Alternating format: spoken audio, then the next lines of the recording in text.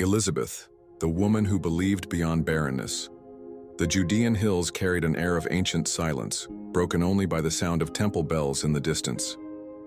In a quiet village lived Elizabeth, a woman whose name meant "God is my oath." She was a descendant of Aaron, born into a priestly line and married to Zechariah, a priest who served in the temple of the Lord, Luke 1:5. Together they were known for their devotion.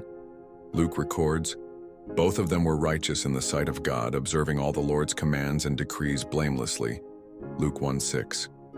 Their neighbors admired their faithfulness, but whispers followed them wherever they went, for Elizabeth was barren.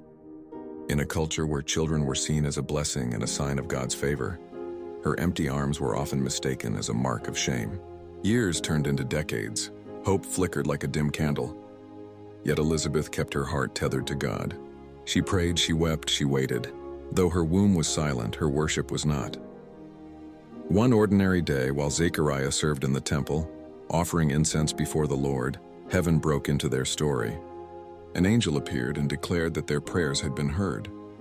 "Your wife Elizabeth will bear you a son, and you are to call him John." Luke 1:13. This child would not be ordinary. He would prepare the way for the Messiah, turning hearts back to God. Luke 1:16-17. Zechariah staggered under the weight of this promise. How could it be? He and Elizabeth were old, well past the years of childbearing. Because of his doubt, the angel silenced Zechariah's voice until the day the promise would be fulfilled. When he returned home, mute but burning with holy awe, Elizabeth soon discovered her body had come alive with the miracle of life. "The Lord has done this for me," she said. "In these days he has shown his favor and taken away my disgrace among the people." Luke 1:25. For 5 months Elizabeth remained in seclusion, cradling the miracle within her.